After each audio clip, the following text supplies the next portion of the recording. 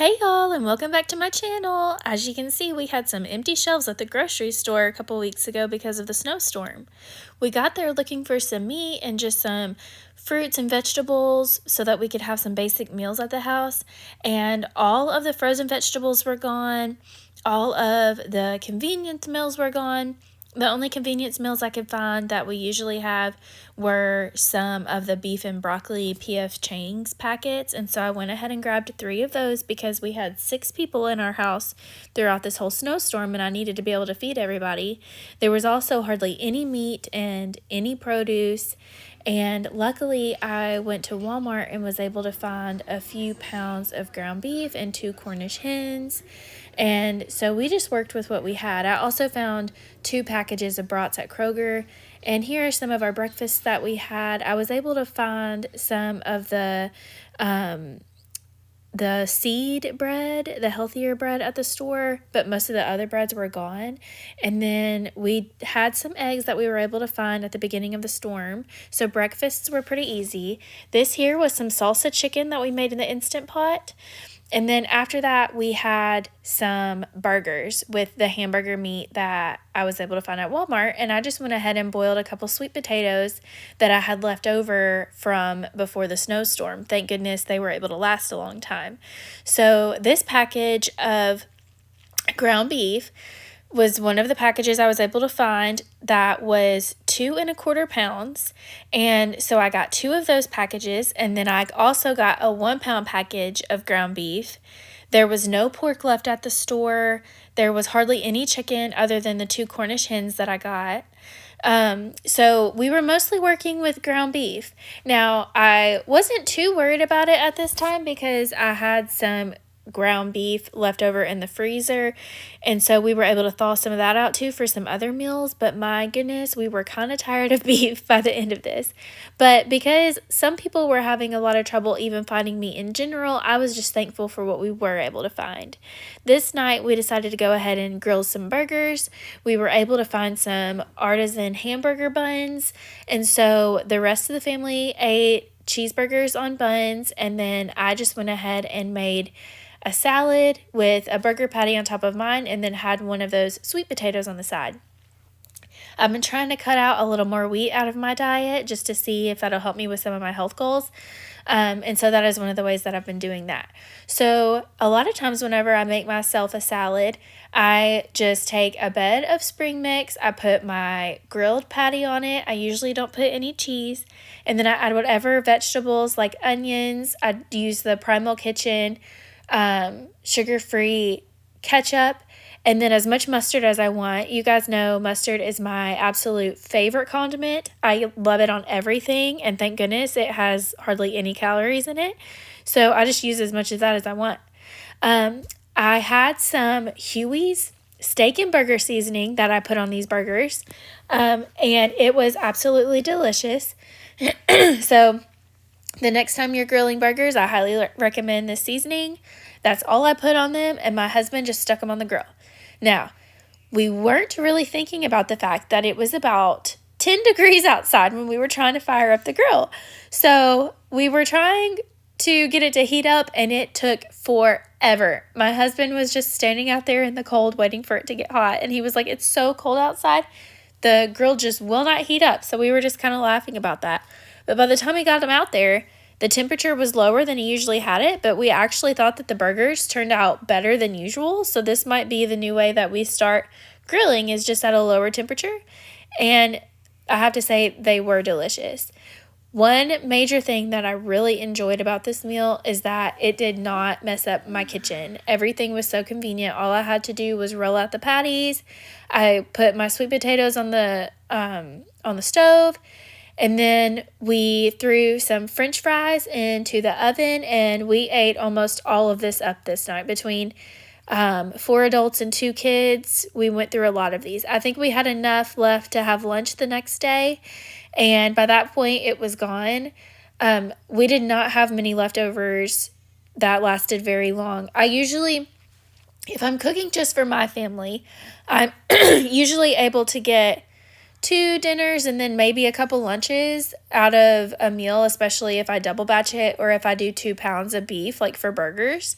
But because we had 6 people here, we were eating maybe, we would get 1 dinner out of it, and then a few people would get lunch, and then all of it would be gone.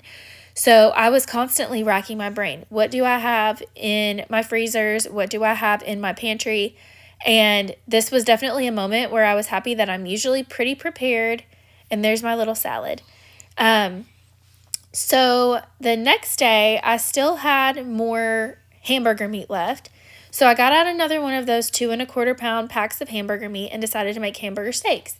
So I started off by putting my potatoes to boil. I had a 5-pound bag of potatoes, and I decided I was just going to go ahead and mash all of them up and then use those mashed potatoes for several meals throughout the rest of the week. Now, with these hamburger steaks, we had some minute rice, and then we also had some peas. My husband likes to have peas every time we have mashed potatoes, so I always have to have those on hand. This hamburger steak recipe is the All Recipes hamburger steak recipe, and I've made it before, and we really enjoy it. It's hamburger steak with gravy and onions. And when you slice the onions super thin and you make your own gravy, it's just that perfect warm comfort meal that you need in the middle of this cold weather. And, you know, last time when I was making a meatloaf, I used the panko breadcrumbs because I didn't see my Italian breadcrumbs right in front of my face. This time I made sure to remember I already got out my breadcrumbs. So I was just kind of laughing to myself as I was making this. Like, I can't believe last time I made such a fool of myself and forgot the breadcrumbs. But here they are right in front of me. I want to use them up, so we're using them today.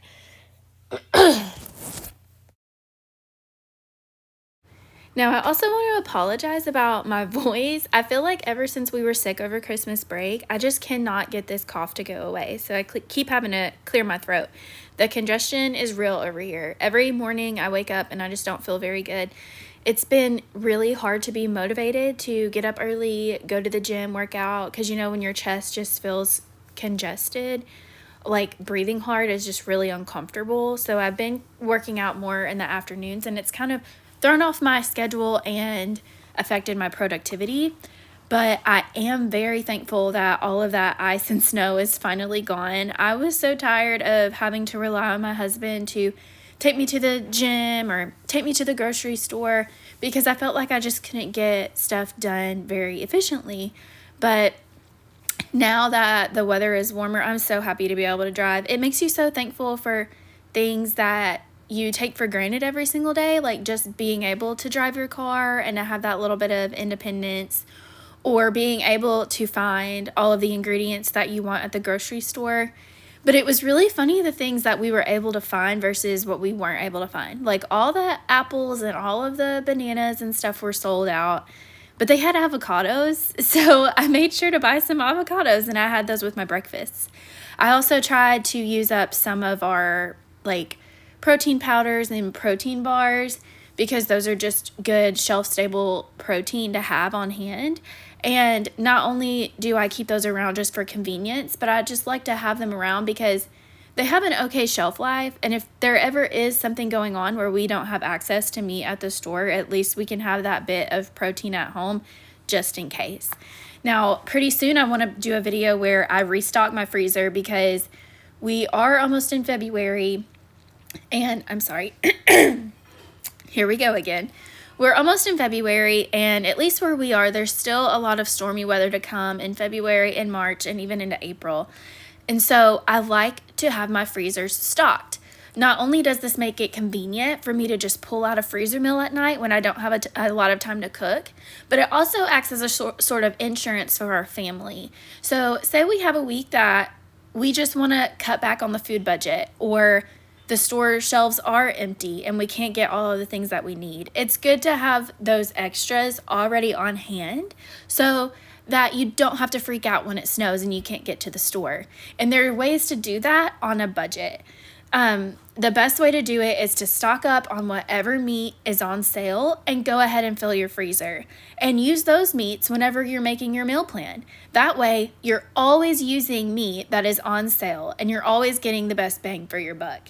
And I don't care if one day I'm a millionaire, I will still be a coupon shopper. I will still be the person that looks at the sales and tries to get the best deals, because money's hard to come by and you don't want to waste it when you don't have to. So it's just one of those things. I think my mom instilled that in me, just shopping around for the best deal, trying to be the best steward of your money. And this is just one of the ways I like to do that, especially in these cold winter months when you don't know what's going to happen. And you also need that convenience. I know a lot of times with small kids or even older kids, a lot of the activities are in the evenings. And so it makes it really hard to eat at home. But if you have those meals ready, then and you know you can just throw it on the stove or in the oven really quickly, then you're less likely to be tempted to go out to eat and spend money on food that is way more expensive, that is not healthy for you or your children to eat. And all of the things in your freezer, you know what went into it. You know where those ingredients came from. You know how to balance it out to where everybody's getting the nutrition that you want them to get. So it's just a really great option, and I can't wait for y'all to come along with me. I usually do a huge freezer cooking day once or twice a year, and I just fill it up from top to bottom with lasagnas, with chilies, with soups. I've done chicken spaghetti. I've done tuna casseroles, and some of the recipes my family really loves and some of them they don't, and I just keep a running list of what we're going to keep on the list and what we're not going to make anymore. But I also make sure that when I take out a freezer meal, I don't tell anybody that it's a freezer meal, because sometimes people think that it doesn't taste as good when it's a freezer meal, but if they don't know, then they can't tell the difference. Here's a good example. Over this break, I baked up a huge batch of cookies, and I put M&Ms in them and some chocolate chips or just whatever mix-ins I had on hand. And whenever you make cookies, it just makes a million of them. And you only need a few because they start to go stale if you don't eat them right away. So I just go ahead and roll out all the cookie dough, and I par freeze it. And then once it's frozen, then I just take them all and I throw them in a freezer bag. They don't stick together. And then whenever we want cookies, I just pull out as many cookies as I want. I put them in a 375-degree oven for 10 minutes, and they come out perfect every time. It's so simple. It's so convenient, cleaner ingredients, and way cheaper than buying cookie dough. But at this time, I had to do that because there was absolutely no cookie dough in the stores. So if my family wanted some baked treats, I was making it from scratch. But I feel like they taste better anyways, and we can just make them however we want to. There's a lot more freedom to making your own cookie mix than having to buy just whatever's available at the store. Now, look at these hamburger steaks, y'all. They were so good. You really need to check out this recipe if you want something simple, something easy, something that's going to stick to your ribs. And then here I am trying to be good and trying to clean as I go. Dishes are my least favorite chore in the house. It's an area that I've always struggled in, keeping the dishes clean. So my goal for 2024 is to just keep up with the kitchen. I say that, and as I'm recording this voiceover, I have a full sink of dishes because I didn't do any over the weekend. Or I did some over the weekend. I did a load a day. But if there was another load, it was just, it kind of got behind. You kind of want to take a break and do other things over the weekend. I have to get better at the dishes, you guys. I have to. So here I'm just straining out all of the potatoes, making all of these yummy mashed potatoes. I do my potatoes really simple. I just do salt, pepper, stick of butter, and then I like to do extra milk in them because I like them to be thinner. My mom always made our mashed potatoes kind of thin, and that's how I prefer them, with extra milk. So that's what I do, and I have to use her potato masher. So I don't know if I think I wind up showing you in a little bit. She always used this plastic blue potato masher that is there it is. And it's not the best at mashing potatoes. And there was always a couple lumps left in the potatoes. And now it's they have to have lumps. The potatoes aren't right if there's not a couple lumps and they're not done with this horrible potato masher. So we're carrying on the tradition. These are my mama's mashed potatoes, and that's how I like them. So now I'm just taking out one batch of the hamburger steaks. I had to do it in batches because The recipe called for about a pound of hamburger meat. And so in order to get them brown, I had to do it in 2 batches instead of just 1. And I kind of just left all those onions in there because I didn't have as much room in the pan as I really needed to in order for them to cook down the way that I wanted them to. So I just went ahead and left those onions in there and then added all of the rest of the onion, because in my opinion, the more onion, the better. If a recipe calls for half an onion, like, that's ridiculous. I'm never going to put a half of an onion in a recipe. If it calls for onion, it's going to have a whole onion or maybe even 2. Here, I'm just adding in some of that extra milk on those potatoes. Oh my gosh, they look so good. And this making ahead the sides made the rest of my week so much easier, because I could just use those potatoes and change up the proteins, and it was like we had a whole different meal. Guys, look at those cookies. Don't they look so good? The kids love them. They eat them up, and they just come out perfectly. In 10 minutes, you have fresh baked cookies every single time. They're so good. So yeah, now we're just still working on those potatoes. Look at them. Can you see the lumps? That's the best part, is all the little lumps in the butter. They're so good. So you guys let me know in the comments below. Do you have a certain way you like to do your potatoes? And is it the same way that your parents did them, or do you do them different? Because I've noticed that there's just certain things from my childhood that I want to do it exactly the same. It has to be just like it was. But there's other things that I discover new ways of doing stuff, and I'm like, oh, I love this even better. And so I do it completely different than the way my parents did. So just let me know, how do you do your potatoes? Is it like your mama did? Is it completely different? And what are some of those things that you do just like your parents did, or new things that you discovered that it's even better and it's like a whole new world, you know? I think that's one of the cool parts about young adulthood, is just finding those few things that are unique to your taste and realizing that there's a multitude of ways to doing things. It doesn't have to just be the way that you grew up doing them, you know? It's like a whole new world. And as I have watched my kids grow up, I'm just excited to see the ways that they like to do things that are different than the way that I do them. But I'm also super excited to see the things that they want to do because that's the way their mama did it. I just think that's super sweet and sentimental, and I just hope that there's lots of things that I do for them right now while they're little that bring them comfort throughout their life. That's one of the things that brings me the most value to my life, is knowing that I can be their comfort throughout their life.